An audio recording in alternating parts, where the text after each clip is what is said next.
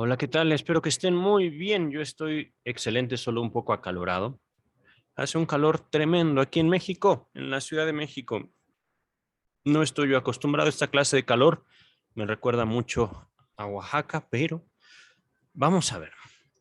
Continuamos ya con la lectura de la obra del doctor Freud. Estamos en el quinto de cinco conferencias sobre psicoanálisis dictadas en la Universidad Clark, invitado por el caballero que está en medio, este señor de aquí, Stanley Hall, si mal no recuerdo, o era la Universidad Stanley Hall.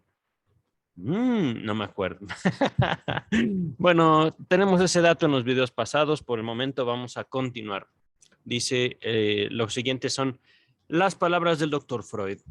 Señoras y señores, con el descubrimiento de la sexualidad infantil y la reconducción de los síntomas neuróticos a los componentes pulsionales eróticos, hemos obtenido algunas inesperadas fórmulas sobre la esencia y las tendencias de las neurosis. Antes de continuar, un breve paréntesis. Se habla de neurosis obsesiva y se habla de histeria, pero al momento no vamos a entrar mucho en detalle. Seguramente hablará de ello el doctor Freud. Continuamos. Vemos que los seres humanos enferman cuando, a consecuencia de obstáculos externos o de un defecto interno de adaptación, se les deniega la satisfacción de sus necesidades eróticas en la, se destaca, realidad. Oh, doctor Freud, ¿quiere usted decir que la realidad está para satisfacer nuestras necesidades eróticas?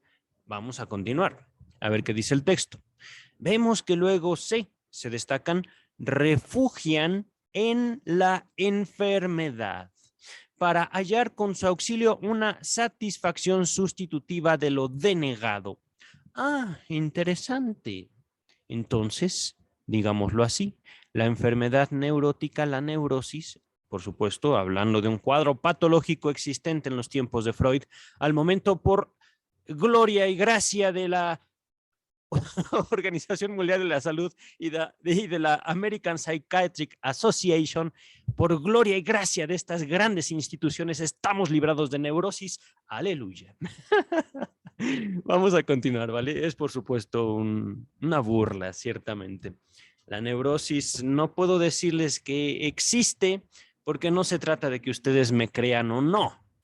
Queridos escuchas, queridas escuchas, estamos tratando de hacer ciencia y en la medida que, por ejemplo, la OMS dice no hay voluntad, no hay sexualidad, ¿por qué? Porque soy la OMS y ustedes se callan, entonces podemos cuestionar severamente a la OMS o ciertamente darle por su lado, y este es uno de mis frutos de mi trabajo reciente, de mi trabajo de investigación, hacer como que el emperador está vestido, emperador OMS, ajá, o emperador autoridades médicas, ajá, hacer como que están vestidos, hacer como que no están encuerados, no andan desnudos por la vida y aplaudir, por supuesto, porque la salud mental, bravo, OMS, bravo, instituciones psiquiátricas, porque ya nos han curado y porque le han dado a la humanidad un solo caso de salud mental en toda su historia. Bravo por eso. Estoy siendo bastante irónico y sarcástico, pero regresamos al texto. Repito, vemos que luego los neuróticos se refugian en la enfermedad para hallar con su auxilio una satisfacción sustitutiva de lo denegado. Porque recordemos, la realidad, de acuerdo al doctor Freud, está ahí para darnos satisfacción a nuestras necesidades eróticas. Bravo, doctor Freud, por eso lo amo, por eso lo quiero, pero por supuesto también estoy siendo bastante irónico y sarcástico en mi comentario. Realmente, la realidad no está ahí para satisfacer nuestras necesidades eróticas. Esa es nuestra responsabilidad.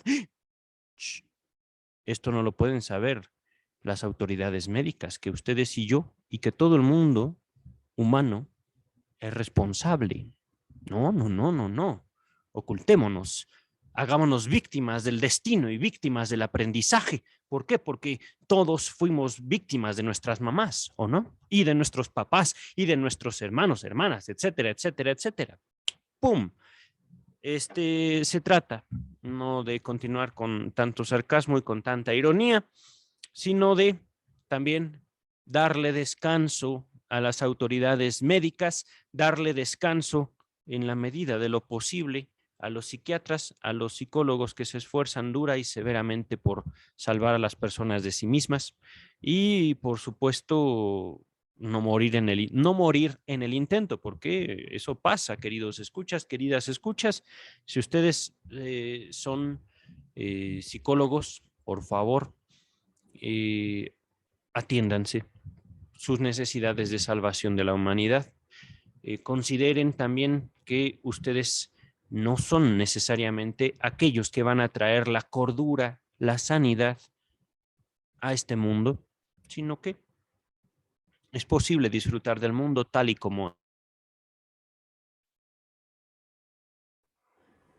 estaba yo grabando felizmente y de repente, ¡pum! Una notificación de mi computadora y luego, puff, recording in progress. Ya no sé qué diablos está pasando. Vuelvo a empezar. Al menos el texto, ¿no? No sé si realmente no sé si se grabó lo anterior. Estaba yo grabando muy feliz y de repente, ¡puf! Y de repente otra vez vuelvo a empezar a grabar. Ok, hablando de locura. Es una locura cibernética, es una locura de mi tiempo, entregarme o al menos descansar en la tecnología, descansar en las posibilidades de estudio, de grabación, de contacto humano eh, a través de un monitor. Yo estoy hablando literalmente frente a un micrófono, tengo en mi pantalla un texto, el cual reza así.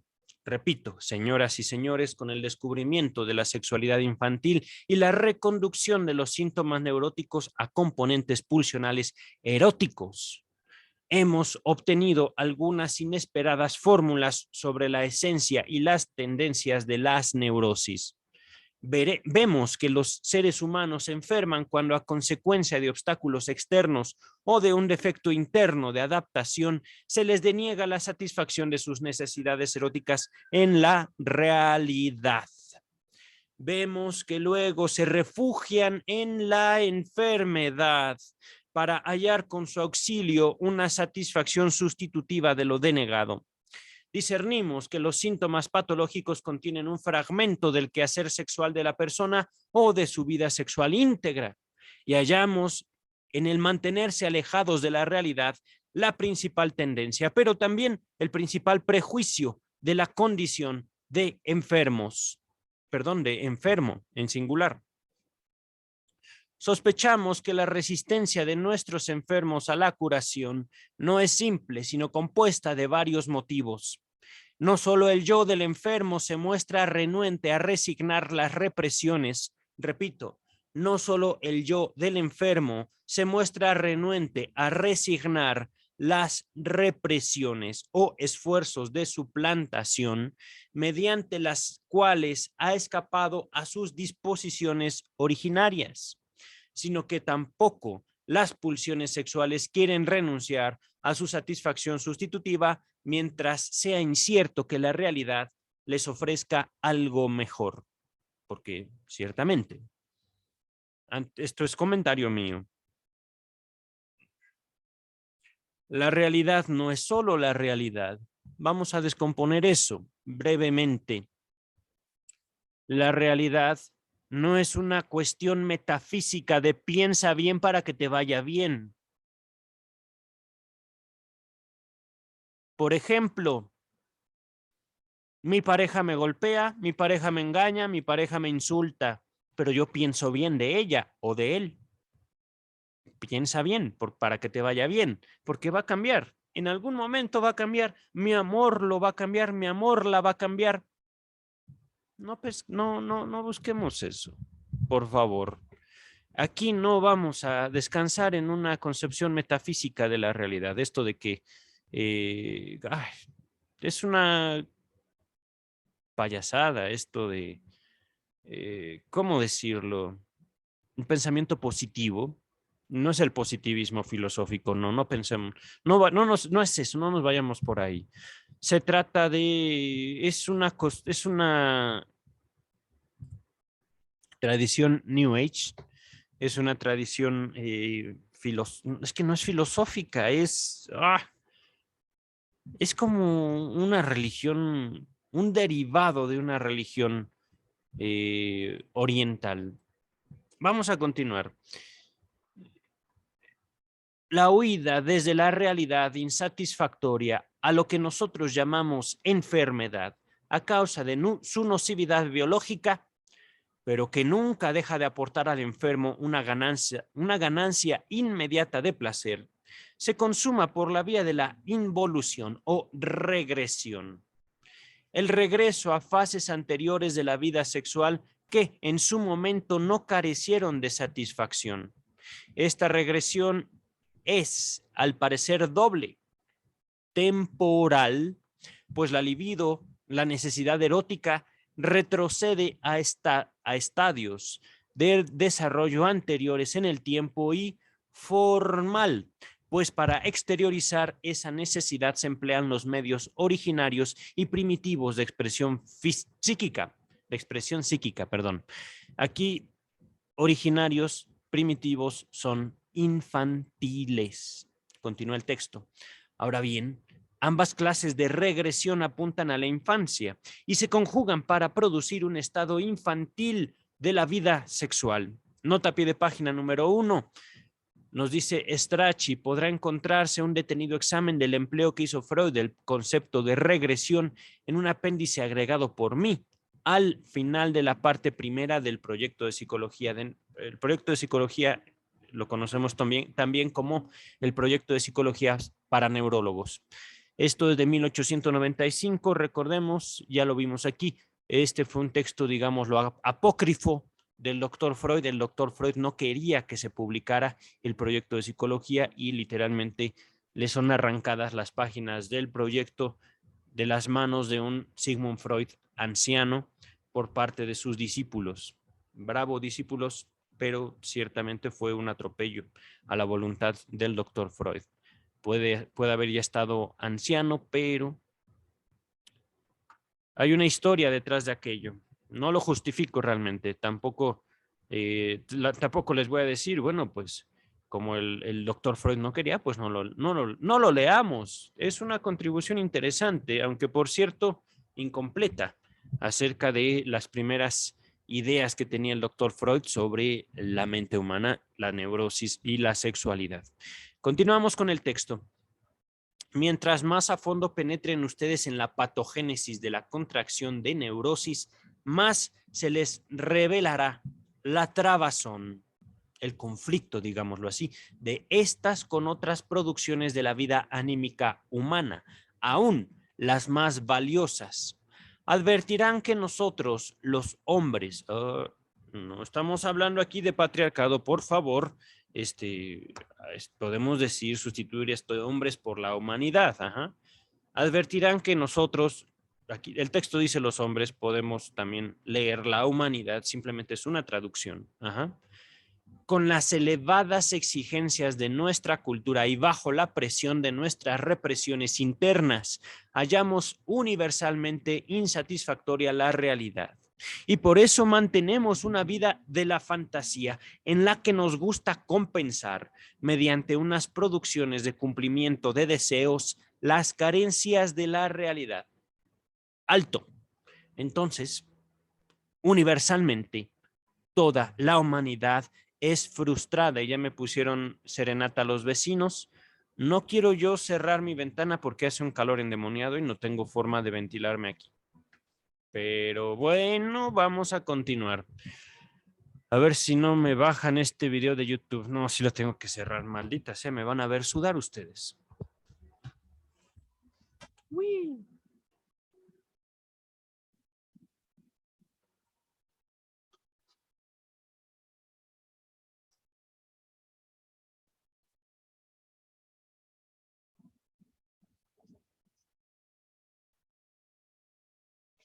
Bien, creo que con eso basta. Ahora, ¿en qué me quedé?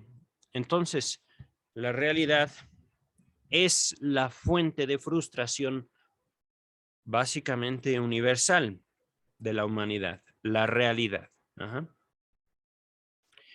Continúa.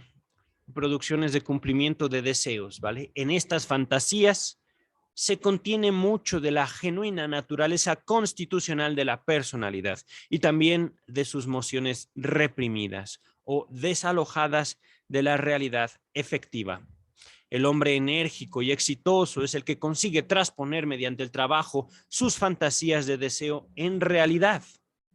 Esto estamos hablando de una noción como de salud mental, de productividad, de funcionalidad. Ajá. Una noción de 1908, 1909 y ya le subieron al volumen mis vecinos. Continuamos. Toda vez que por las resistencias del mundo exterior y la endeblez del individuo, ello no se logra, sobreviene el extrañamiento respecto de la realidad. El individuo se retira a su mundo de fantasía que le procura satisfacción y cuyo contenido, en caso de enfermar, transpone en síntomas. Bajo ciertas condiciones favorables, le resta la posibilidad de hallar desde estas fantasías un camino diverso hasta la realidad, en vez de enajenarse de ella de manera permanente por regresión a lo infantil. Cuando la persona enemistada con la realidad posee el talento artístico, que todavía constituye para nosotros un enigma psicológico, puede trasponer sus fantasías en creaciones artísticas en lugar de hacerlo en síntomas. Así escapa al destino de la neurosis y recupera por este rodeo el vínculo con la realidad. Nota pie de página número 2. Véase Otto Rank, no sé qué libro, pero de 1907. Otto Rank, ¿vale? Simplemente dice Rank 1907. Continuamos. Toda vez que persistiendo la rebelión contra el mundo real falle o no baste ese precioso talento, será inevitable que la libido, siguiendo el rastro de las fantasías, arribe por el camino de la neurosis a reanimar los deseos infantiles y así a la neurosis. La neurosis hace en nuestro tiempo las veces del convento al que solían retirarse antaño todas las personas desengañadas de la vida o que se sentían demasiado débiles para afrontarla. Qué bella comparación. Continúa el texto. Permítanme insertar en este lugar el principal resultado al que hemos llegado mediante la indagación psicoanalítica de los neuróticos, a saber, sus neurosis no poseen un contenido psíquico propio que no se encuentre también en los sanos, o, como lo ha dicho Carl Gustav Jung, enferman a raíz de los mismos complejos con que luchamos también los sanos. Entonces no es una cuestión de pensar bien o pensar mal. Por favor, no es una forma de educación. Depende de las constelaciones cuantitativas, es decir, de la cantidad, de la intensidad. Continúa el texto, de las relaciones entre las fuerzas en recíproca pugna o lucha, que la lucha lleve a la salud, a la neurosis o a un hiperrendimiento compensador. Hiperrendimiento compensador, vaya. Miren, entonces no es una cuestión de ser funcional, de ser productivo, ¿verdad, doctor Freud? Porque aquí nos estamos aproximando a una de las razones por las cuales no existe la salud mental. Malo si sí, malo si no. Malo si trabajas mucho, malo si no trabajas. Malo si te reprimes, malo si no te reprimes. Y esto continuamos investigándolo al día de hoy, al menos yo, ¿vale? Continuamos ahora sí con el texto. Señoras y señores, les he mantenido en reserva la experiencia más importante que corrobora nuestro supuesto sobre las fuerzas pulsionales sexuales de la neurosis. Siempre que tratamos psicoanalíticamente a un neurótico, le sobreviene el extraño fenómeno de la llamada transferencia, se destaca esa palabra. Vale decir, vuelca sobre el médico un exceso de emociones tiernas, contaminadas hartas veces de hostilidad y que no se fundan en ningún vínculo real. Todos los detalles de su emergencia todos los detalles de su emergencia, es decir, de eso que sale, eso que podemos notar, nos fuerzan a derivarlas de los antiguos deseos fantaseados del enfermo, devenidos inconscientes. Antes de continuar, la transferencia es un fenómeno único y exclusivo del psicoanálisis, no de la psicoterapia. No hay resistencias en psicoterapia. ¿Por qué? Porque, ¿cómo decirlo? Hablando de psicología del año 2022, ¿vale? No hay transferencia porque no hay análisis. Literalmente, uno no sabe nada de su analista y simplemente contenerlo ahí, contenerla ahí enfrente, hay sentimientos. Por ejemplo, dentro de mi propia línea de pensamiento, de mi propia producción, les estoy mostrando mi libro en pantallas, Psicoanálisis del Estado.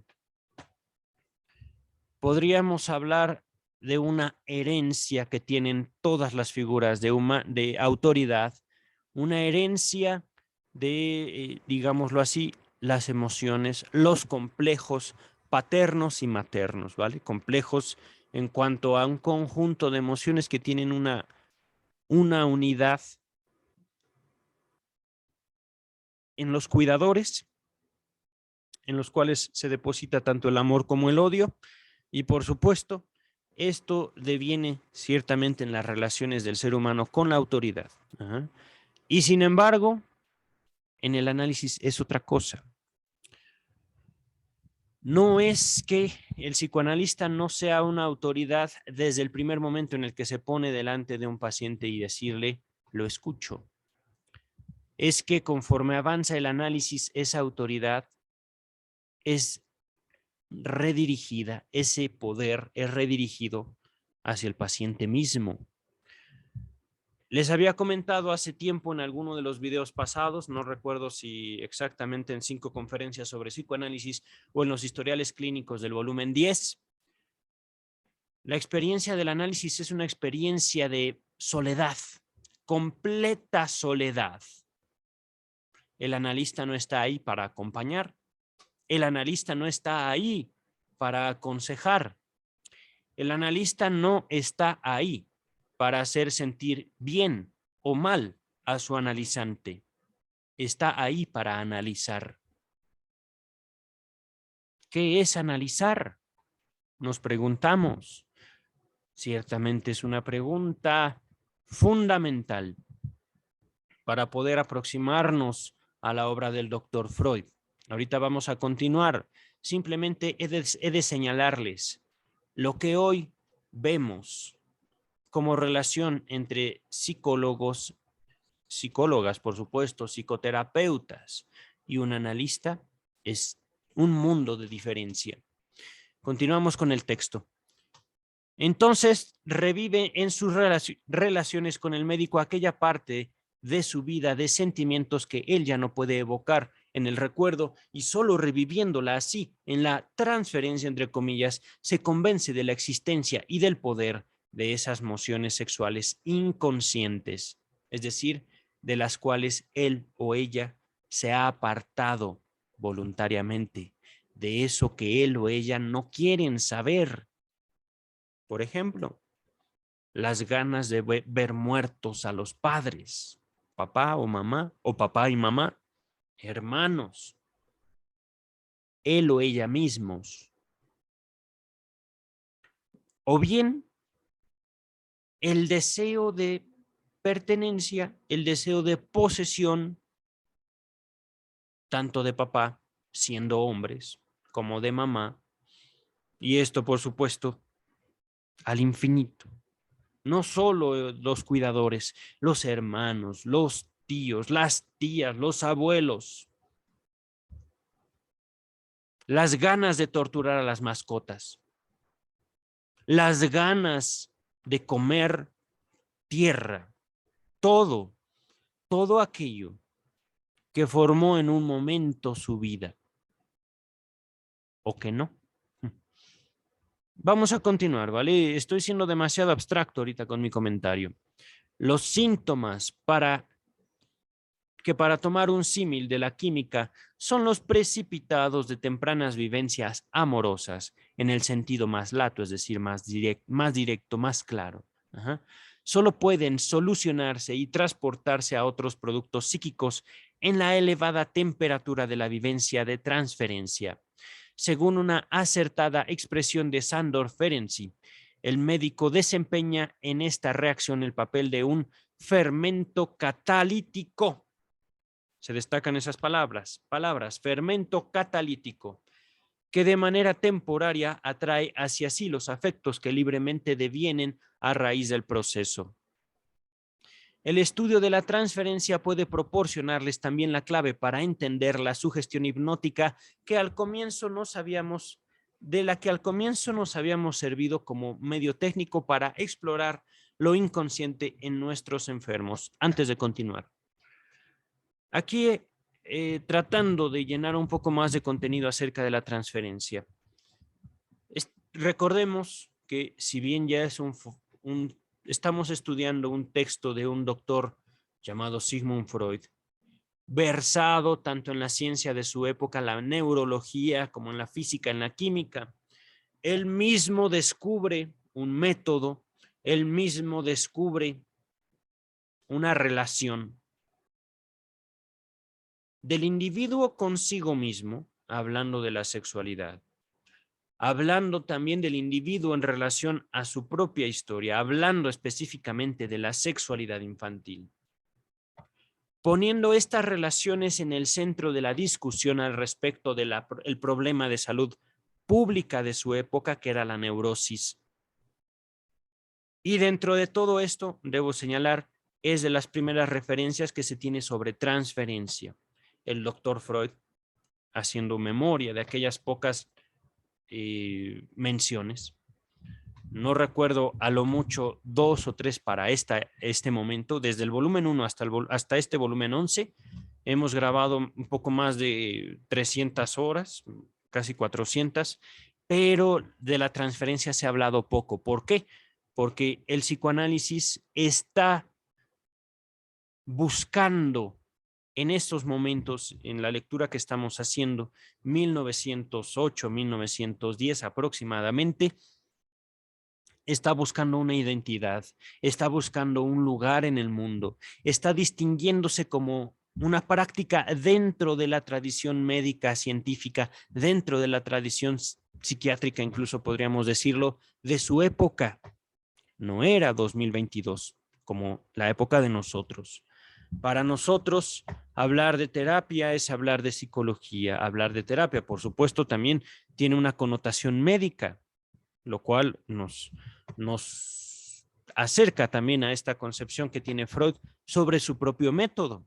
Y sin embargo, no solo ocurrieron muchas cosas que nos hacen replantear para nosotros, para el año 2022, la función y el lugar de la terapéutica psicológica, psicoanalítica, no solo en México, sino a nivel mundial, ¿vale?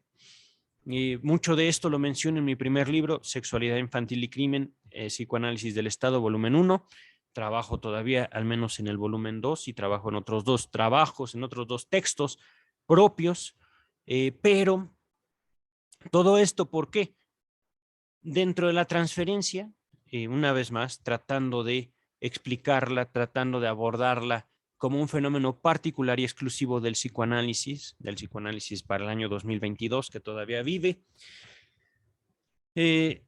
se habla, entre otras cosas, de una relación en donde el analista cede al analizante un poder que viene del analizante, que viene de la emoción, que viene de la vivencia, que viene del deseo mismo del analizante hacia esa persona que literalmente no le ha dicho, yo te voy a curar. Simplemente hable.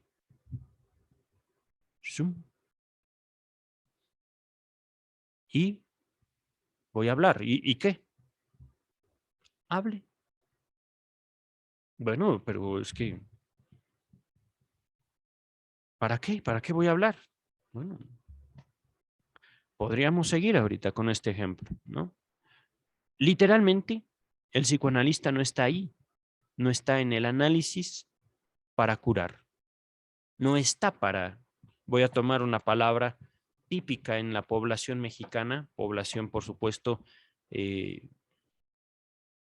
por encima de los empeños terapéuticos de los profesionales en psicología, lo menciono por mi propia experiencia. El psicoanalista no está ahí para terapear.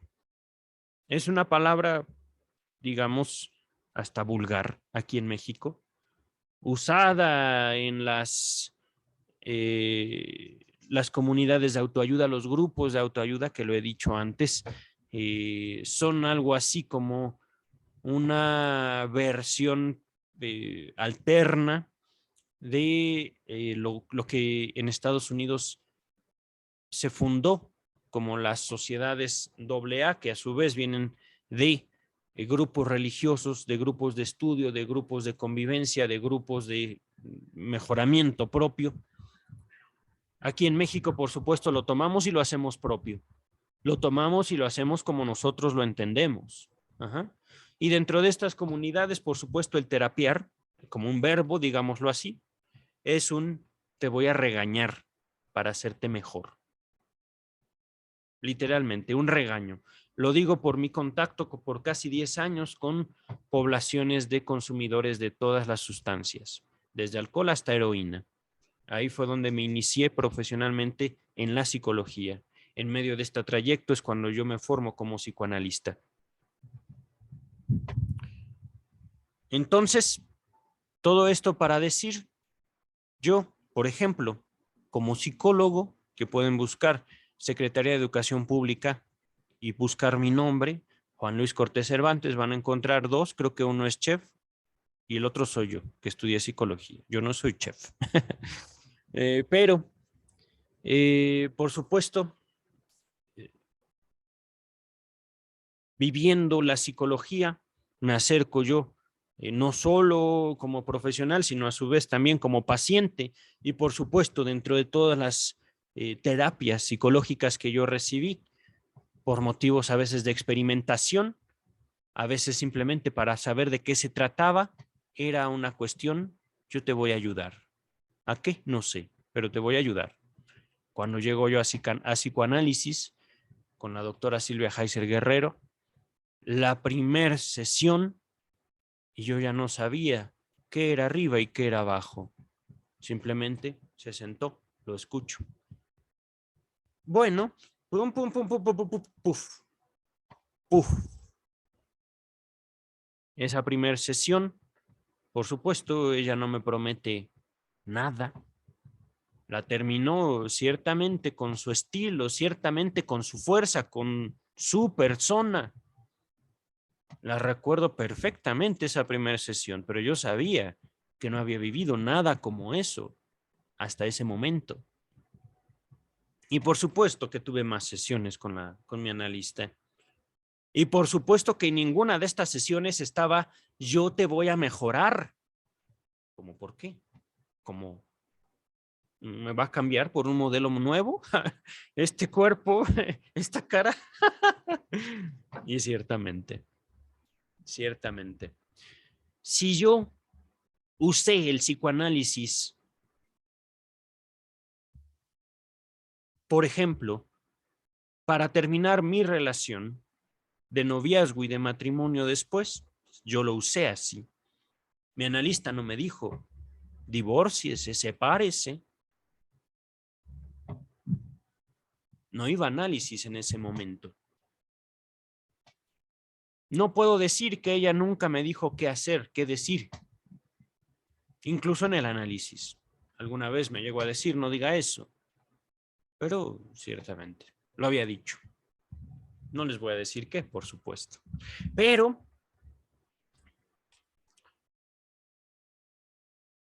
aún en ese no diga eso, Había un cálculo que yo identifico en ella y que yo identifico justamente para despertar esa transferencia, para que yo deje salir. No solo los sentimientos que ella me despertaba con su persona, con su propia cara, con su presencia. No fue un análisis fácil, porque también, ciertamente, como lo dice el texto, había, digámoslo así, pequeñas, grandes contaminaciones de mi propio odio hacia mis padres. Y yo mismo lo plasmo en mi libro, en mi obra. ¿Ustedes creen que odio a mis padres por ser malos ellos conmigo? No. Y les tengo noticias también. Lo más probable es que ustedes odien a sus padres, independientemente si hayan sido buenos o malos con ustedes. No es una cuestión de bondad de acuerdo a la naturaleza adulta, lógica, civilizada. Es una cuestión de odiar, porque cuando somos niños no tenemos ningún empacho, ningún problema con odiar. Te odio, pum, te pego, pum. Y de ser posible, algunos niños matan también. Y no tienen ningún conflicto con eso. Ninguno. De la misma manera que la gran mayoría de los niños no tienen ningún problema con enamorarse con otros niños, incluso de su propio género. Enamorarse siendo niños, por ejemplo, de la maestra, del vecino, de papá, de mamá, de los hermanos, etcétera, etcétera, etcétera, etcétera. Enamorarse, buscarlos, querer estar con ellos, robarles un beso en la boca, ¿por qué no? Y ellos, como niños, pues ¿qué problema hay? ¿Qué problema hay? Dime, papá, historia real de mi propio análisis. Dime, papá, ¿por qué no le puedo yo llevar dibujos a la vecina? ¿Por qué? A ver, dime por qué. Sí, está bien, ella ya es una mujer adulta. ¿Y qué? Me gusta. Y por supuesto, ahí me veían 4, 5 años. Mira, ten.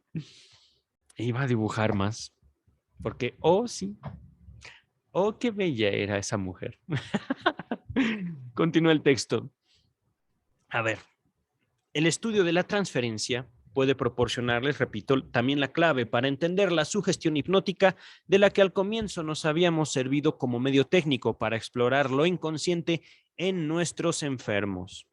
Recapitulando, la hipnosis fue abandonada en el momento en el cual los mismos pacientes dicen, es la palabra.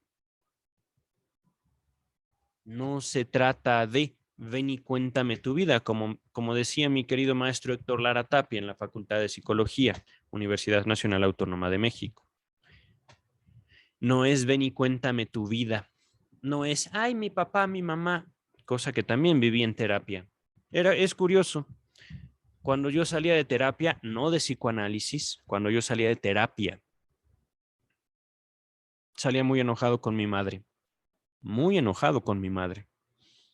Y en psicoanálisis nunca hablé de mamá, nunca hablé de mi madre, ni una sola vez.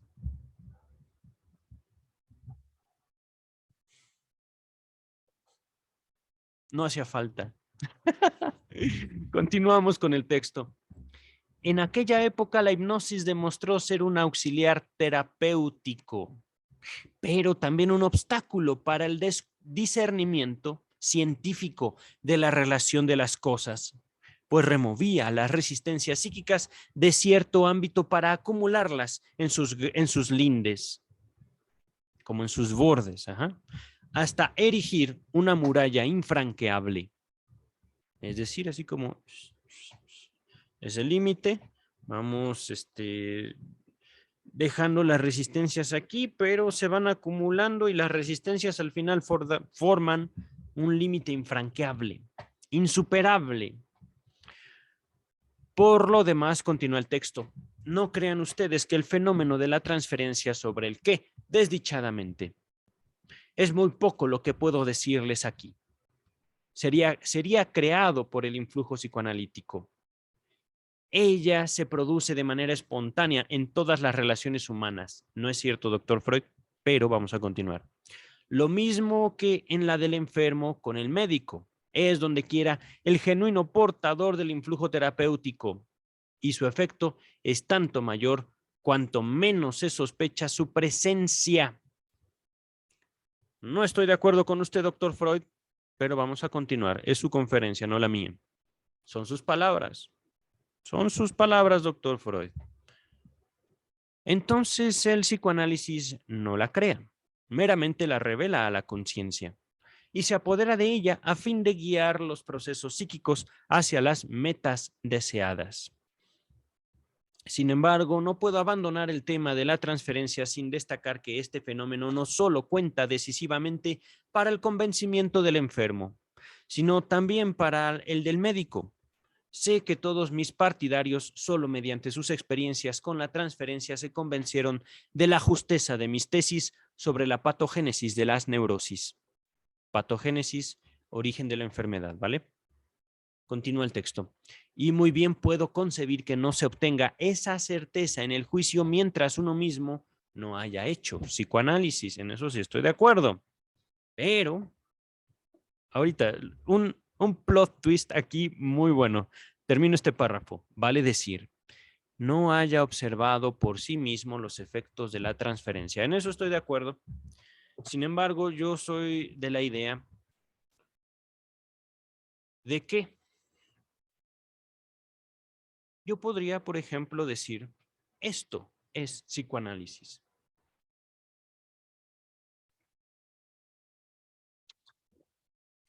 De la misma manera que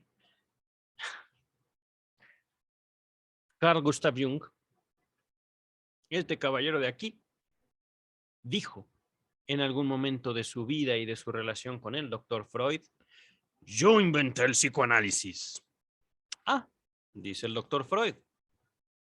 No estoy de acuerdo, doctor Jung, y lo voy a demandar. Pero, doctor Freud, ¿cómo puede ser posible si yo, Carl Gustav Jung, hice esto y esto y esto y esto? Y por eso puedo decirme, yo inventé el psicoanálisis. Ah, ok. Freud lleva el caso a la corte y Freud gana. Ahorita solo voy a hacer la referencia. No está en alguna película, pero búsquenlo. En Google tenemos esa alternativa. No lo voy a hacer ahorita porque nos desviamos demasiado. Psicoanálisis es simplemente una palabra. Una palabra que este caballero de aquí usa muy probablemente por primera vez en la historia de la humanidad. Una palabra que él usa para señalar una práctica, para señalar un método, que él, sin duda, siendo médico, está autorizado para decir este método, este tratamiento es terapéutico, pues ayuda a el método. Y dentro de esta práctica observamos un fenómeno llamado transferencia. Pero bueno, regresando a la palabra psicoanálisis. Aquí, el plot twist, el giro de tuerca. Sé, repito, aquí voy a hacerlo. Sé que todos mis partidarios, solo mediante sus experiencias con la transferencia, se convencieron de la justeza de mis tesis sobre el origen de las neurosis. Aquí estoy sustituyendo patogénesis por origen, ¿vale? Y muy bien puedo concebir que no se obtenga esa certeza en el juicio mientras uno mismo no haya hecho psicoanálisis, plot twist. No haya hecho lo que usted, doctor Freud, denomina psicoanálisis, porque seguramente, lo que Lacan hizo no era psicoanálisis de acuerdo a lo que hacía el doctor Freud o de acuerdo a los dichos del doctor Freud. Seguramente también lo que hacía Erich Fromm. Bueno, Jung terminó perdiendo, les repito, su disputa legal con el doctor Freud. Jung terminó cediendo al doctor Freud el uso registrado de la palabra psicoanálisis Y él empezó a denominar lo que es psicología analítica, su práctica. Ya no psicoanálisis, psicología analítica. En fin, no recuerdo si esto fue antes o después del brote psicótico de Jung, razón por la cual se convirtió en un profeta. No estoy exagerando. Vean el libro rojo, lean Psicología y Alquimia de Jung, perdón. Podrán notar ahí un delirio. Total, total. La historia del libro rojo de Jung es que Jung, estando en su habitación, se le aparece un espíritu llamado Lázaro. Búsquenlo en Wikipedia. Léanlo. No lo voy a leer aquí porque ciertamente no lo considero necesario. Pero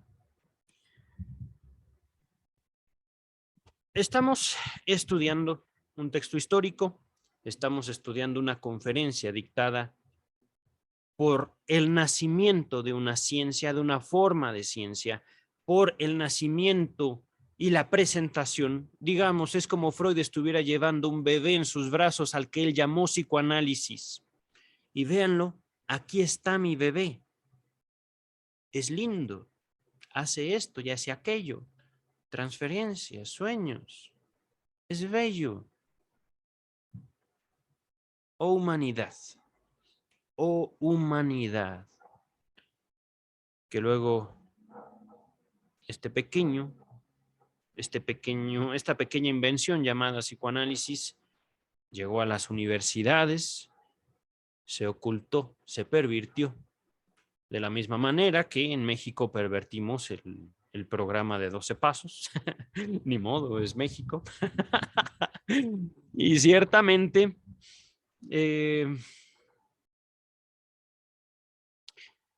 aquello que el doctor Freud creó, no puedo decir para gloria y gracia de la humanidad, devino una especie de secta. No estoy acusando ahorita, por ejemplo, a la escuela francesa. No estoy acusando a alguien presente, aunque tengo algunas personas en mente, algunas personas con las que trabajé, otras con las que estudié, profesores, maestros, doctores, doctoras. No voy a decir sus nombres, pero ustedes podrán distinguirlos en sus conferencias porque usarán lenguaje tan complicado, usarán términos, citarán a tanta gente de la cual no podremos señalar nosotros como sus escuchas, como sus oyentes, cuál es la posición de él o de ella, por ejemplo. No hablan de sexualidad infantil, no hablan de su propia postura, no hablan de sus propias experiencias y sobre todo se encubren con su lenguaje florido, con su lenguaje técnico, científico, entre comillas, técnico también, entre comillas, por si no estaban viendo la pantalla.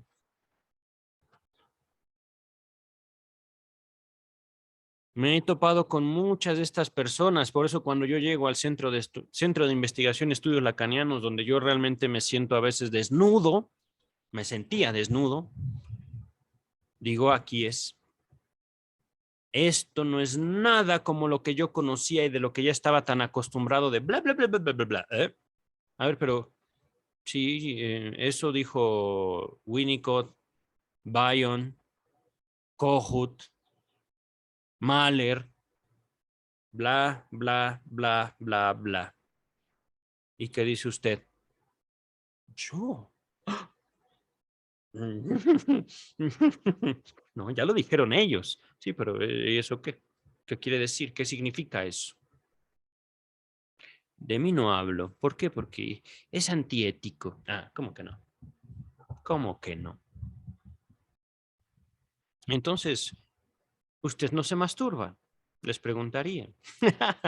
Pero bueno, es que en serio, el psicoanálisis, digámoslo así, como ese bebé que en estos momentos Freud presentaba a una audiencia seguramente de universitarios, seguramente médicos, médicos en formación,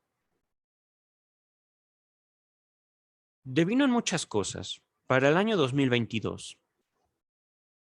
Vamos a continuar, ¿vale?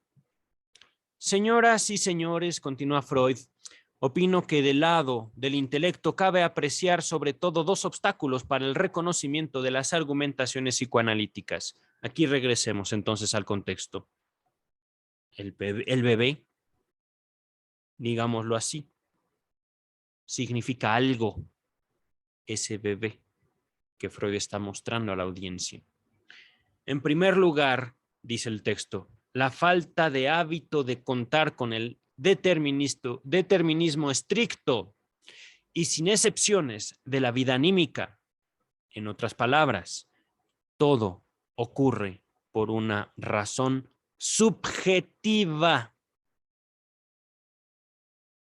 Y con esto de que todo ocurre, no quiere decir, repitiendo esto que comentaba en un principio, que nosotros, por ejemplo, inconscientemente hayamos salido a la calle buscando a un ladrón para que nos asaltara.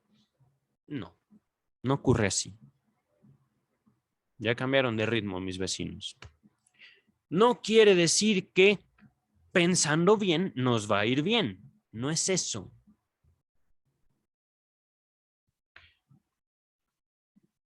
Por un lado, las desgracias ocurren, los accidentes pasan y nosotros, como sujetos de significado, seremos capaces de otorgarles un sentido en nuestra propia vida.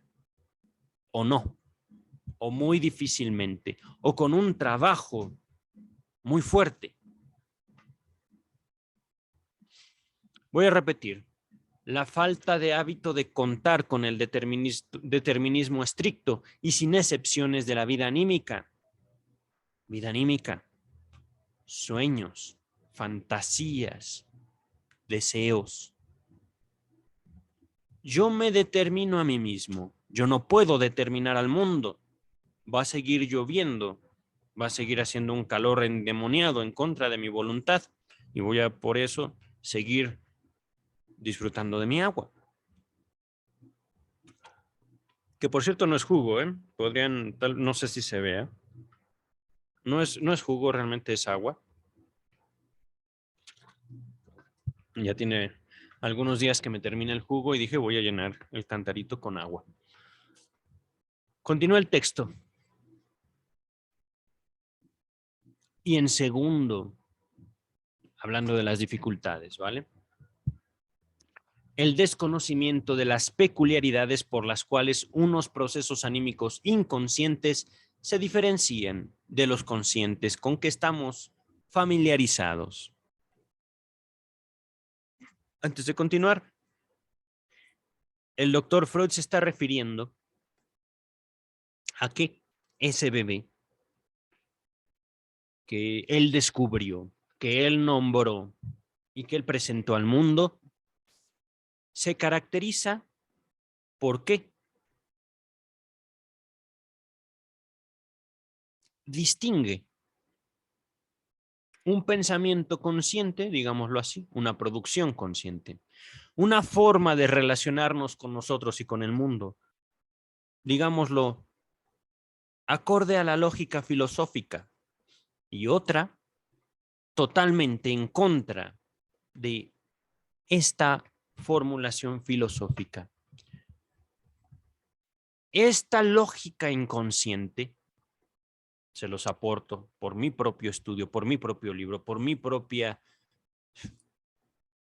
asimilación de los preceptos freudianos, es conforme a la naturaleza infantil.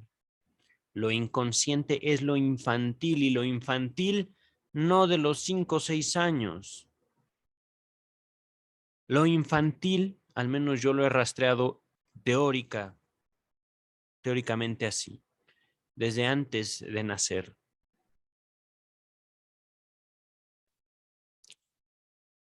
Lo orgánico, lo pulsionante. Las impresiones que nosotros reunimos aún en el vientre de nuestra madre.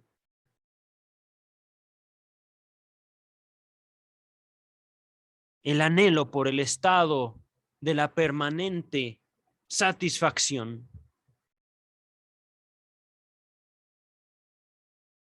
una naturaleza del deseo humano que yo rastreo hasta el estado embrionario.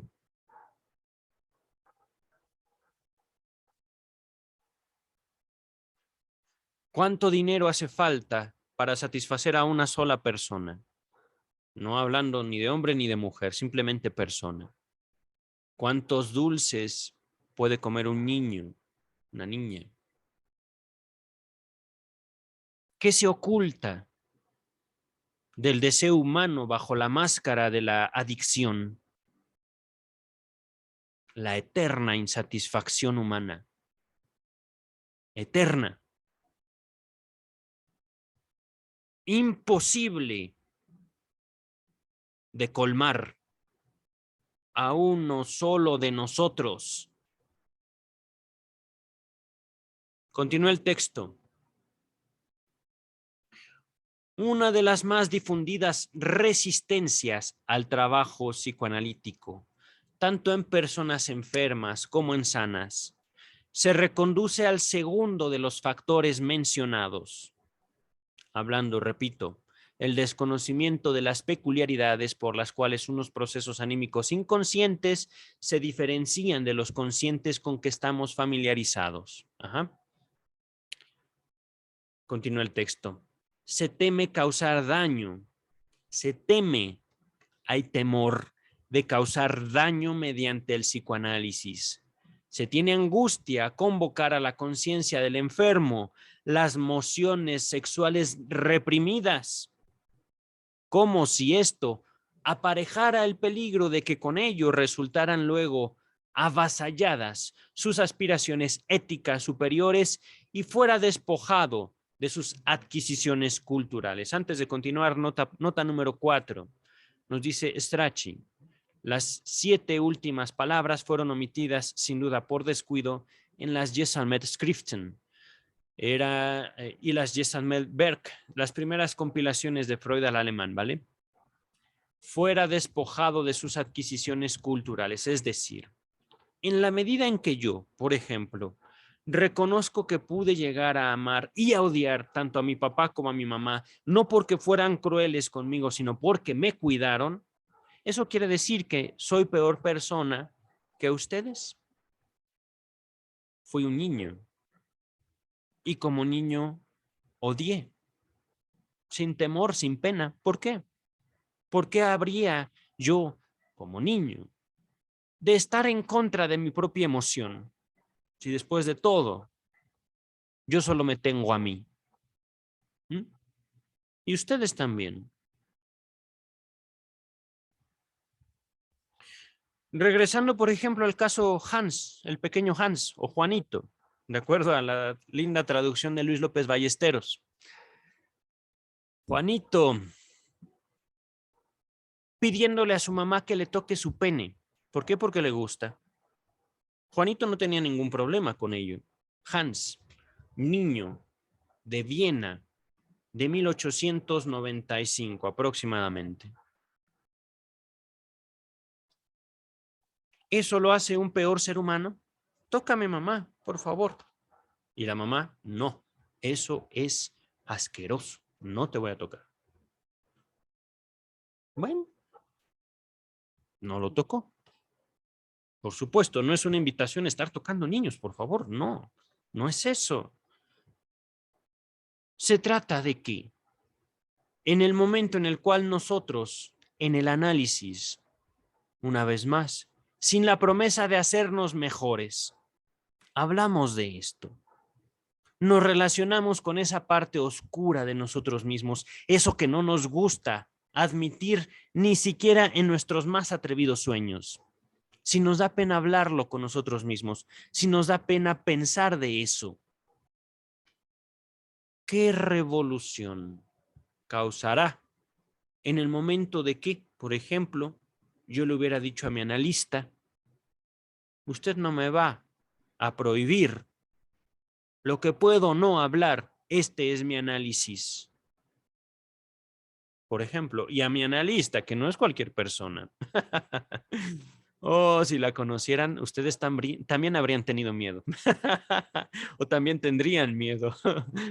Bueno, la conozco y por eso me río y por eso soy capaz de vivir ahorita.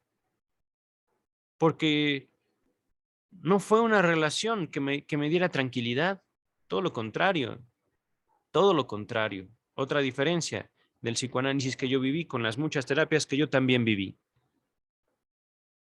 A veces salía enojado de la psicoterapia con mi mamá y llegaba yo a mi casa siendo un joven universitario a declararle la guerra a mi madre. ¿Por qué? Porque yo sabía por qué.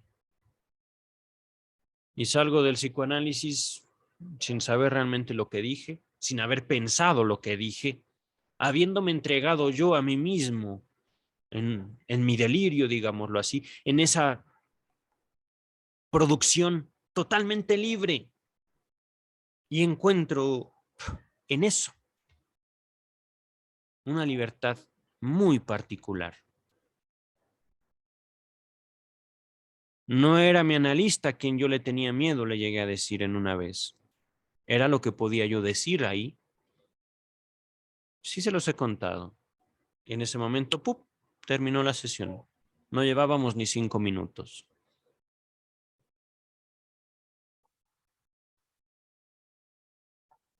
Mi analista no me regañaba, eso sí. Cuando me dijo no diga eso, fue una solicitud, no fue un regaño.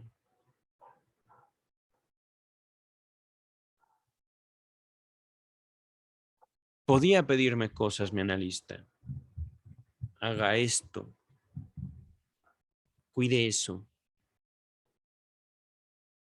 Y empecé también a considerar por qué es que yo tenía una oposición, no a mi analista, sino a todas aquellas personas que conformaban una autoridad para mí, a todas.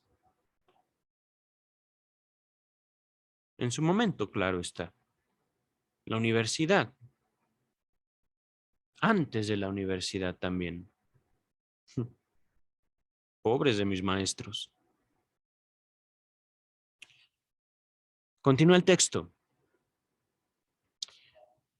Uno nota que el enfermo tiene puntos débiles en su vida anímica, pero no se atreve a tocarlos para no aumentarle todavía más su padecimiento. Repito, uno, como analista, nota que el enfermo tiene puntos débiles en su vida anímica, pero no se atreve a tocarlos, no se atreve a hablar de ellos para no aumentarle todavía más su padecimiento. Es decir, no es vamos a pulirnos como cuchillos, frota, frota, frota, frota, frota, porque también en eso hay placer. Sas, sas, sas, sas, sas, nos estamos purificando a golpes, a chingadazos, ¿por qué no decirlo? Nos vamos a purificar, ahí te va, pum, pum, pum, pum, pum. ¿Por qué? Porque es terapia. ¿Por qué? Porque lo hago por tu bien, te estoy educando. Pum, pum, pum, pum, pum, pum, pum. Terapia no es bueno, terapia de shock. De hecho, eso lo he mencionado, se me ha olvidado. Terapia de choque, terapia coercitiva. Terapia coercitiva, búsquenlo. Continúa el texto. Y el psicoanálisis no es terapia coercitiva. Psicoanálisis es la escucha analítica, la escucha que tiene como objetivo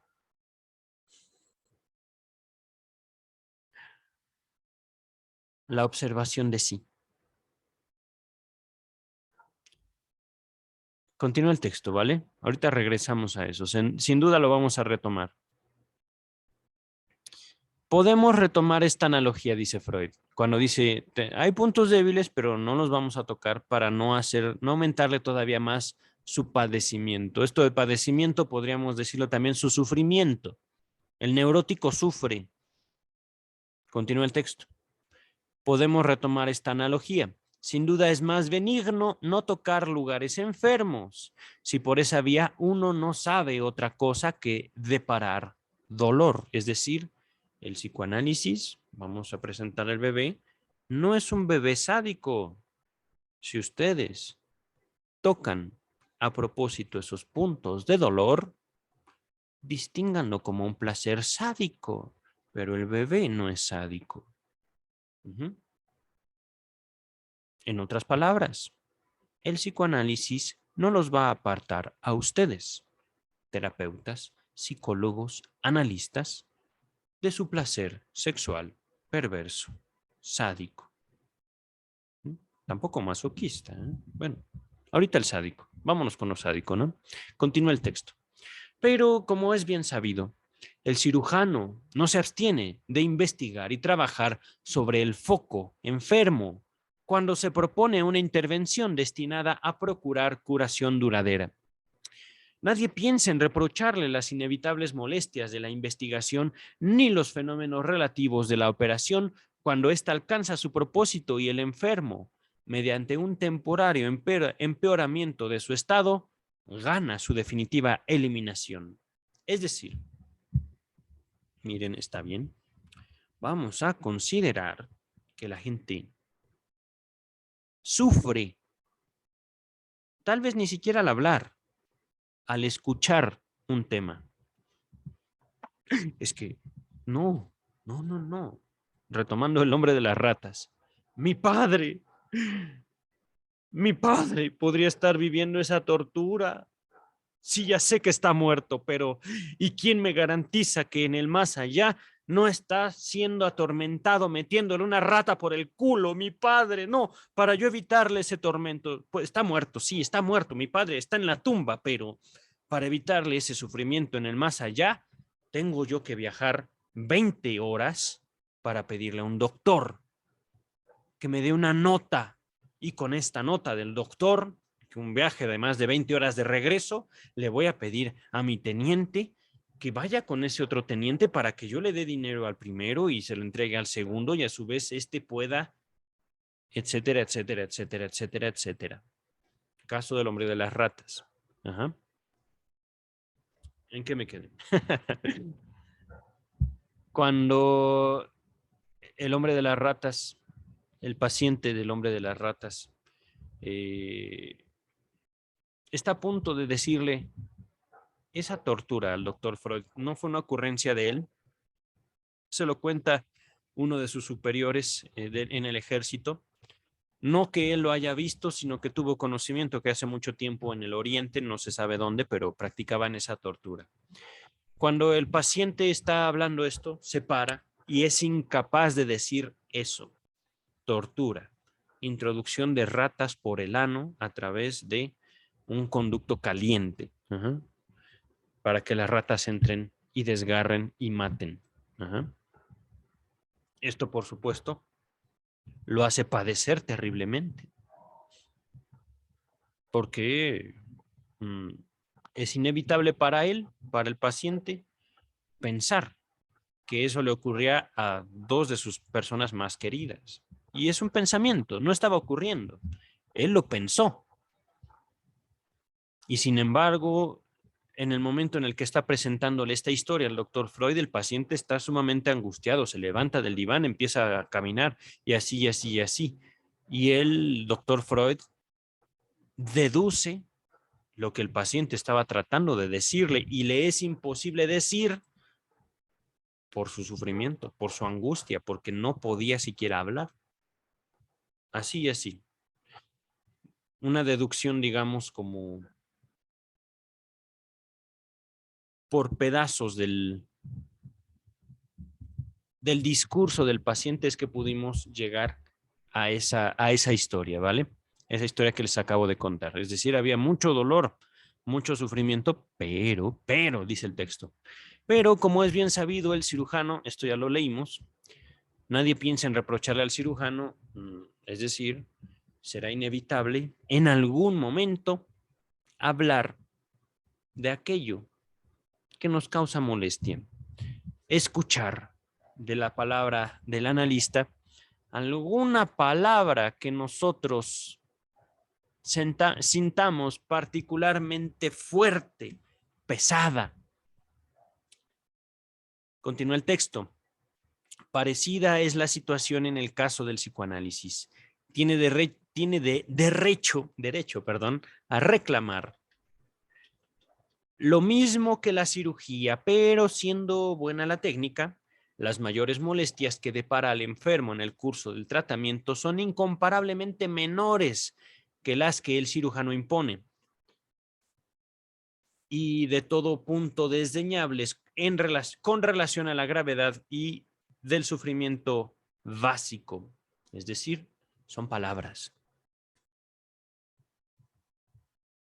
¿Por qué a usted le duele tanto que yo diga la palabra negación? ¿Por qué? ¿Por qué a usted le duele tanto y se estremece siquiera de que yo mencione la palabra homosexual? ¿Por qué? ¿Por qué le es imposible a usted hablar de mariposas? Es simplemente un insecto.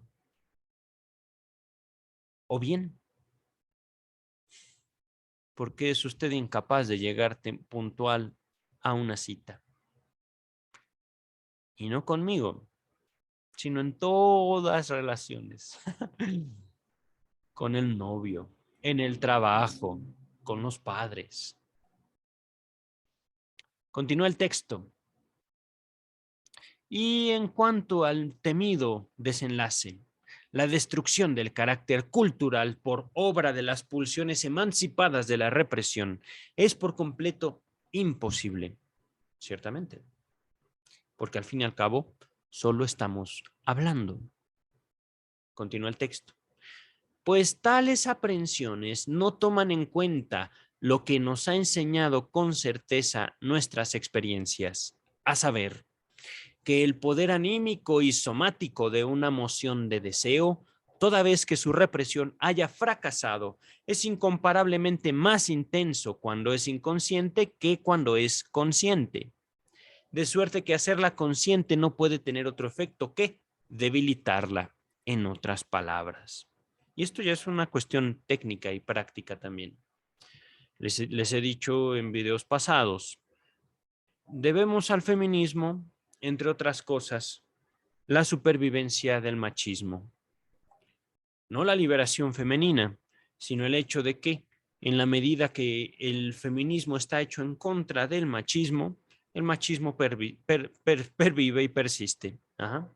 Si ustedes quieren asegurarse que algo va a vivir más allá de lo que ustedes puedan controlarlo, reprímanlo, luchen contra ello. Una de las particularidades del pensamiento inconsciente es que en la medida en que podemos nosotros mandar a nuestro inconsciente ciertos contenidos, esos contenidos no solo van a persistir, sino se van a hacer cada vez más fuertes, más intensos, de tal modo que pueden llegar a dominarnos, pueden llegar a imposibilitarnos nuestra vida. Y suspiro justamente porque aquí hay un rastro, digamos, como de terapia de lo inconsciente, como de vamos a apropiarnos de eso que no queremos saber, pero les anticipo que es imposible, digamos, cancelar toda posibilidad de contenido inconsciente. Ya hablaremos más de eso en otro momento. Ahorita continuamos con el texto que ya me cansé. Continúa el texto entonces. Aquí está. El deseo inconsciente es insusceptible de influencia e independiente de cualquier aspiración contraria, es decir, no se puede educar. Pero continuamos. En tanto que el deseo consciente resulta inhibido por todo cuanto es igualmente consciente y lo contraría. Por eso hay gente ineducable, pero no se lo digan a la OMS. Continúa el texto. Por tanto, el trabajo psicoanalítico como sustituto mejor de la infructuosa represión. Repito, el psicoanálisis sustituye a la represión. Sustituye, toma el lugar de.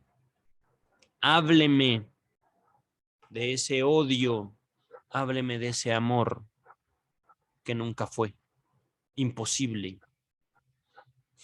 Hábleme de sus ganas de conquistar al mundo.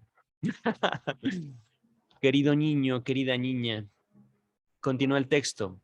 Se pone el psicoanálisis directamente al servicio de las aspiraciones culturales supremas y más valiosas, al menos el psicoanálisis que practicaba el doctor Freud. Continúa el texto. Recordemos, es que aquí no hay forma de... ¿cómo decirlo? Es que sí, fue el bebé de Freud, pero no se quedó con Freud. No se quedó con Freud. Repito, bueno, continúo. ¿Cuáles son en general los destinos de los deseos inconscientes liberados por el psicoanálisis? ¿Por qué caminos conseguimos volverlos inocuos para la vida del individuo? Esos caminos son varios. Lo más frecuente es que ya durante el trabajo sean consumidos por la actividad anímica correcta de de las mociones mejores que se les contraponen. Ajá. Ok. Repito, lo más frecuente es que ya durante el trabajo, durante el análisis, sean consumidos eh, los deseos inconscientes, sean consumidos por la actividad anímica correcta de las mociones mejores que se les contraponen. Por ejemplo, para que veamos también la limitada perspectiva del doctor Freud. Una posible curación de homosexualidad sería, y por supuesto, esto lo hago conforme a mi conocimiento de la doctrina del doctor Freud, no cancelar el deseo homosexual de una persona, hombre o mujer, sino someterlo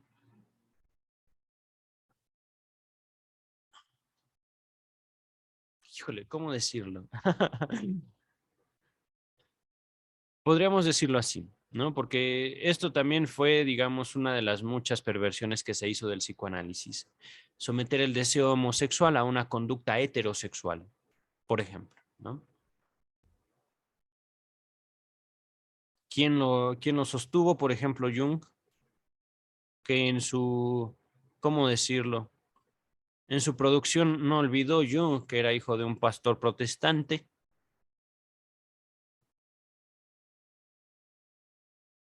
Por supuesto, eh, si mal no recuerdo, en Carta a la madre de un joven homosexual, esto lo pueden conseguir en Google.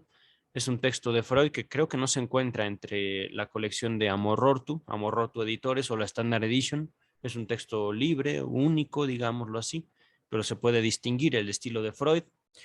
Freud, si mal no recuerdo, le dice a la madre de este joven homosexual, no es posible curar la homosexualidad. Y sin embargo, aquellos sujetos que se oponen en contra de su propio deseo tienen la posibilidad de iniciar un análisis para poder relacionarse con ese deseo. El deseo puede o no traducirse en una conducta, puede o no traducirse en una práctica sexual. Ajá. Pero en el momento en el que nosotros nos peleamos con un deseo, cualquiera que ese deseo pueda ser, incluso la sexualidad, es posible, en todo caso, emprender una investigación de uno mismo hacia uno mismo para buscar tal vez no dominar el deseo, sino hacer consciente los motivos por los cuales ese deseo pone en peligro de una manera tan intensa una estructura psíquica específica. Vamos a continuar, que ya no estamos tan lejos de terminar. Esto, por supuesto, eh, ya ha sido un comentario muy extenso de un texto muy corto. A ver,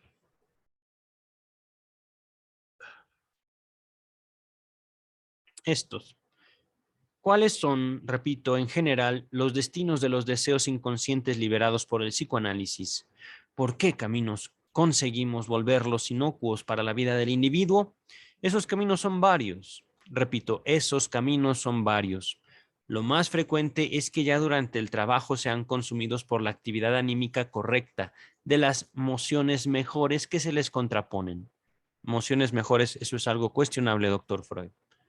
La represión, se destaca represión, es sustituida por un juicio adverso, del alemán, lo voy a latinizar, Verurteilung. Estoy exagerando. Verurteilung, ¿vale? Es un alemán pésimo, pero ahí está.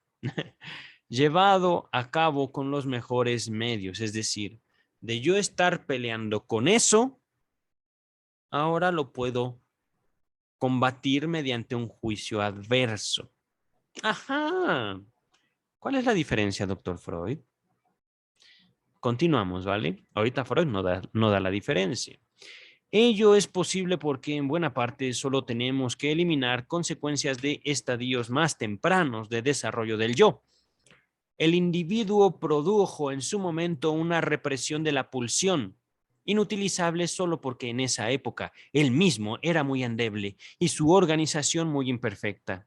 Con su madurez y fortaleza actuales, quizá pueda gobernar de manera intachable lo que le es hostil. Antes de continuar, y es que, fíjense, ese bebé que Freud está cargando y que está presentando, él mismo puede ser que no lo conociera del todo. Puede ser que él mismo, ese bebé lo espante. Y ciertamente, yo no me considero mejor que el doctor Freud, debo señalarlo. Pero esa es una de las características también que he encontrado yo en el psicoanálisis y por la cual yo puedo denominarlo como una forma de ciencia, que no lo conocemos todo de eso que descubrió Freud y que el mismo Freud busca aproximarse con sus tremendas, pero también limitadas capacidades de expresión. Eran tremendas, era un hombre cultísimo, era un genio el doctor Freud, pero aún así, ese bebé del cual dijo, psicoanálisis, vean qué bonito, transferencia, juicio adverso, de represión. Ajá. Frente a eso que descubrió Freud, nos acercamos, tanto yo, mi analista, mis compañeros de formación de análisis. Y el psicoanálisis nos daba unas buenas golpizas, a veces bueno, no golpizas, unos buenos reveses de manos y de boca de la doctora Silvia Heiser. Pero es que ese bebé fue y es tremendo, es lo que les puedo decir. Que al fin y al cabo, eso es también algo muy bello de mi escuela, muy bello del Centro de Investigación y Estudios Lacanianos, que aprendimos a convivir con ese bebé que a veces parece sádico, pero no lo es. A veces parece más bien masoquista, pero no lo es. Ese bebé que no atinamos perfectamente bien a describirlo, porque ciertamente nos damos cuenta que es algo vivo, es algo de muchas dimensiones, podría yo decirlo. No solo alto ni largo, no solo ancho, no solo profundo, atemporal, por mencionar solo una de las dimensiones, el tiempo. Oh, por Dios, el tiempo. Uf, continúa el texto. Es decir, antes de continuar, aún el mismo Freud podía, dentro de toda su genialidad, ser un imbécil frente a su propia creación. Imagínense eso, que la Mona Lisa haya salido del cuadro y haya cacheteado a Da Vinci.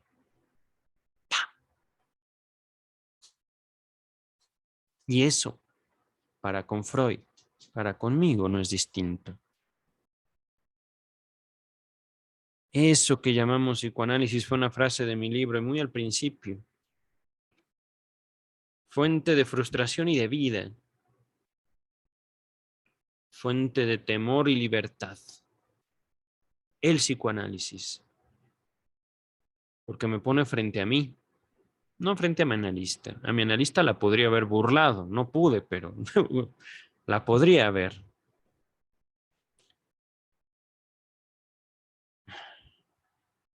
Podemos engañar a nuestros semejantes, pero engañarnos a nosotros mismos exige no solo mayor energía, sino mayores sacrificios. Continúa el texto.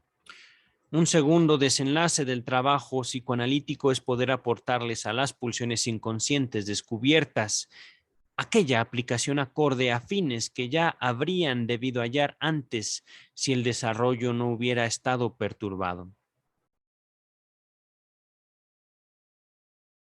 En efecto, el desarraigo de las mociones infantiles de deseo en modo alguno constituye la meta ideal del desarrollo, es decir, ¿eso? No.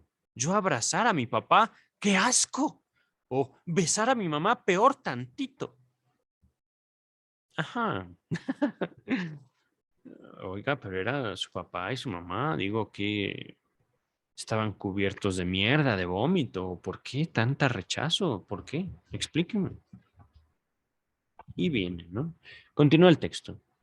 Mediante sus represiones, el neurótico ha mermado muchas fuentes de energía anímica, cuyos aportes habrían sido muy valiosos para su formación de carácter y quehacer en la vida. Conocemos un proceso de desarrollo muy adecuado al fin, la llamada sublimación, se destaca, mediante la cual la energía de emociones infantiles de deseo no es bloqueada, sino que permanece aplicable si a las mociones singulares se les pone, en lugar de la meta inutilizable, una superior, que eventualmente ya no es sexual, sexual en el sentido de coito.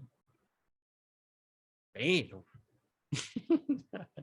oh, doctor Freud, aquí también se queda corto usted.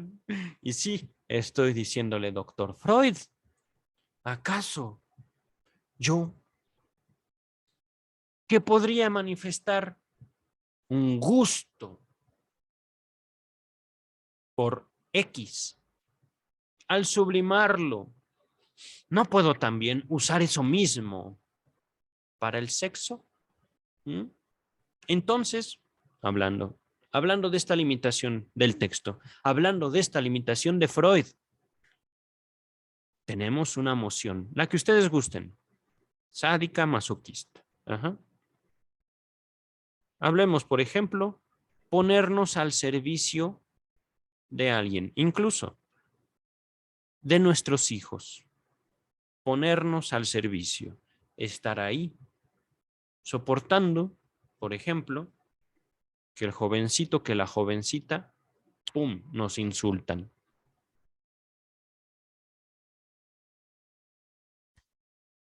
Dolor, ¿no? Lo identifico como fuente de placer. Pero, ok, no puedo yo, en otro contexto, en otro momento, en otra situación, entregarme al placer masoquista de ser insultado, humillado, etcétera, para tener no solo un encuentro sexual, sino un orgasmo, por ejemplo.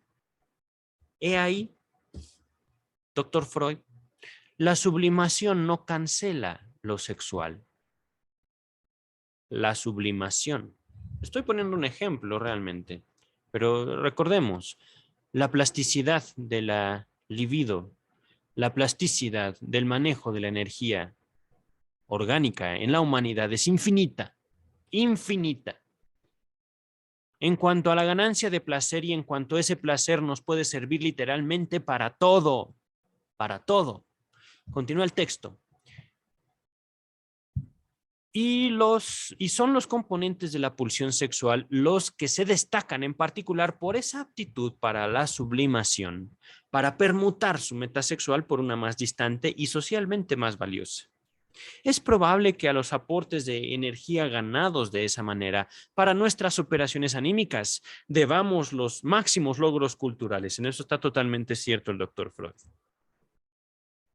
Una represión sobrevenida temprano excluye la sublimación de la pulsión reprimida. Claro, cancelada la represión, vuelve a quedar expedito el camino para la sublimación. Es que con la represión nosotros no nos relacionamos con nuestros deseos. Deseos, sí, de poseer, de ser poseídos, de matar, de ser matados, etcétera, etcétera, pero también de conocer, de investigar, de concentrarnos. Pulsión de conocimiento, recordémoslo, como una manifestación más de la pulsión sexual. Y, por supuesto, que no cancela. Es que ese es el punto. Con esto de que la sublimación, ves que, miren, ya nos vamos a dejar de masturbar, ya vamos a dejar de tener relaciones sexuales porque son bien cochinas, porque estamos leyendo, estamos estudiando, estamos investigando, ya con eso. Pues no, vamos a hacer de vez en cuando esas cochinadas que también nos dan mucho gusto, mucho placer. Continuamos con el texto. No podemos dejar de considerar también el tercero de los desenlaces del trabajo psicoanalítico. Cierta parte de las emociones libidinosas reprimidas tienen derecho a una satisfacción directa y deben hallarla en la vida. Bravo, eso sí. Aunque, lo he dicho una y otra vez, la promiscuidad no es símbolo de salud mental. Lo digo por experiencia, con conocimiento de casos, pero no voy a hablar ahorita. Ahorita no. Recordemos, ahorita se habla mucho de libido, se habla mucho de deseo sexual, pero el gran desafío de la humanidad es concebir el amor como justamente una necesidad sexual, ciertamente, pero sobre todo afectiva. Continúa el texto. Nuestras exigencias culturales hacen demasiado difícil la vida para la mayoría de las organizaciones humanas y así promueven el extrañamiento de la realidad y la génesis de las neurosis sin conseguir un superávit de ganancia cultural a cambio de ese exceso de represión sexual. Ay, por eso lo amo, doctor Freud. Continúa el texto. No debemos llevar nuestra arrogancia hasta descuidar por completo lo animal originario de nuestra naturaleza. Y tampoco nos es lícito olvidar que la satisfacción dichosa del individuo no puede eliminarse de las metas de nuestra cultura. Aquí se puede insertar la salud mental. Es decir, fíjense también para notar lo plano, lo chato, lo inocuo de la salud mental. Alguna persona, por ejemplo, que ustedes conozcan, profesional de la salud mental, hablando psicólogos, psiquiatras, terapeutas, etcétera, coaches. Hay de todo en ese mercado. Hay de todo ¿cómo dice el dicho? Hay de todo en la viña del Señor. Alguno de estos nobles espíritus les ha recomendado ampliamente masturbándose viendo pornografía, por ejemplo, porque es una forma de obtener dicha, ¿no? Es una forma de obtener placer. ¿Acaso lo hacen ellos? Es decir, Sería muy curioso preguntarles, a ver usted, dice que yo debo ser feliz. ¿Usted es feliz? Ah, ok. Qué bueno, me da gusto por usted. Qué bueno que sea feliz.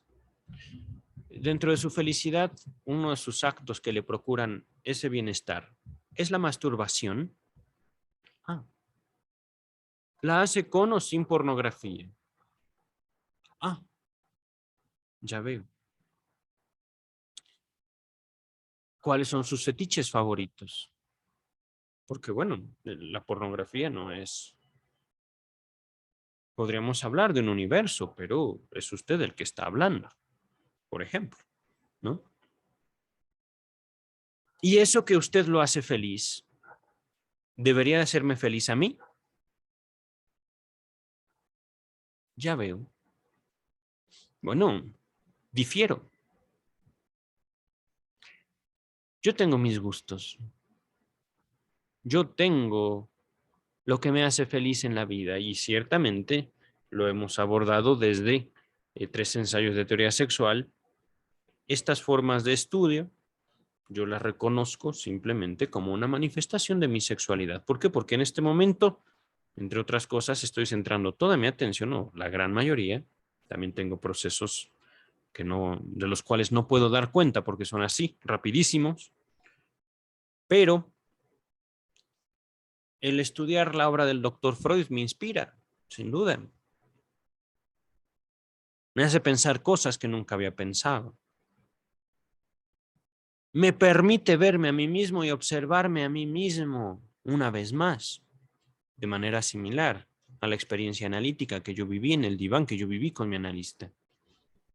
Muy similar. Sin duda también me hace revivir aquellos tiempos. Continúa el texto. Repito esto, no debemos llevar nuestra arrogancia hasta descuidar por completo lo animal originario de nuestra naturaleza y tampoco nos es lícito olvidar que la satisfacción dichosa del individuo no puede eliminarse de las metas de nuestra cultura. Es que la plasticidad de los componentes sexuales que se anuncia en su aptitud para la sublimación puede engendrar la gran tentación de obtener efectos culturales cada vez mayores mediante una sublimación cada vez más vasta. O lo que usted hizo con su hija, Anita Freud, doctor Freud, pero ahorita vamos a continuar. Pero así como en nuestras máquinas no podemos contar con transformar en trabajo mecánico útil más que un cierto fragmento del calor aplicado, no debemos aspirar a enajenar la pulsión sexual de sus genuinas metas en toda la aptitud de su energía. No es posible lograrlo, y si la limitación de la sexualidad se lleva demasiado lejos, no podrá menos que aparejar todos los nocivos resultados de una explotación depredadora como la que vemos en Twitter, directo, así, sin vaselina. Vámonos.